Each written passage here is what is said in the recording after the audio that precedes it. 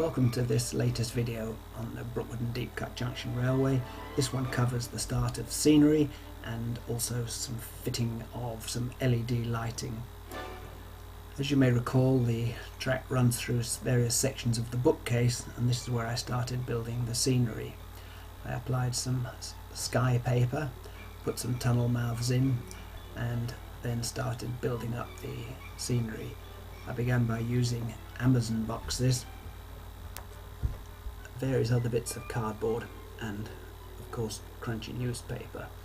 The surface was made from plaster of Paris cloth, which gives a slightly rocky finish, where I was actually after a grassy finish, but never mind, the final effect was okay.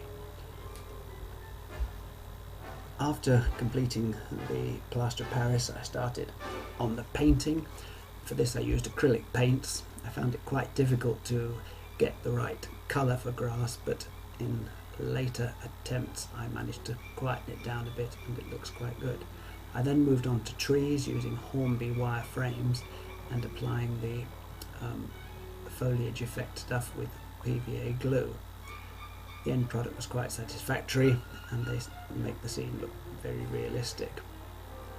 As I mentioned earlier, because it goes through the bookcase, the scenery section is very dark, and so I purchased some LED strip lighting from Amazon, as you can see here. It's actually 5 meters long and costs a princely sum of £12.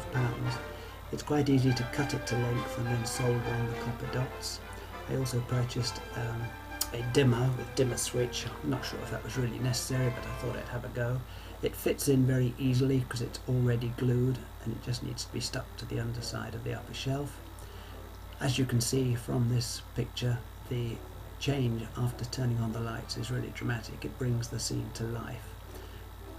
Also, the dimmer enables you to increase and decrease the intensity for night shots. I put a trim around the top to cover the lighting using luffs of wood and the shiny side of silver foil, just to reflect more light into the scene. This was then applied across the top. And so there we have it, the completed lighting and the scenery. I've added more trees. I used some Gauge Master grass effect on that one particular field, just laid over the top of the plaster of Paris. I think it looks more realistic in terms of grass rather than the plaster of Paris, which is very rough. Overall though, I'm quite pleased with the effect. Here's an eye level shot of the trains coming out of the tunnel.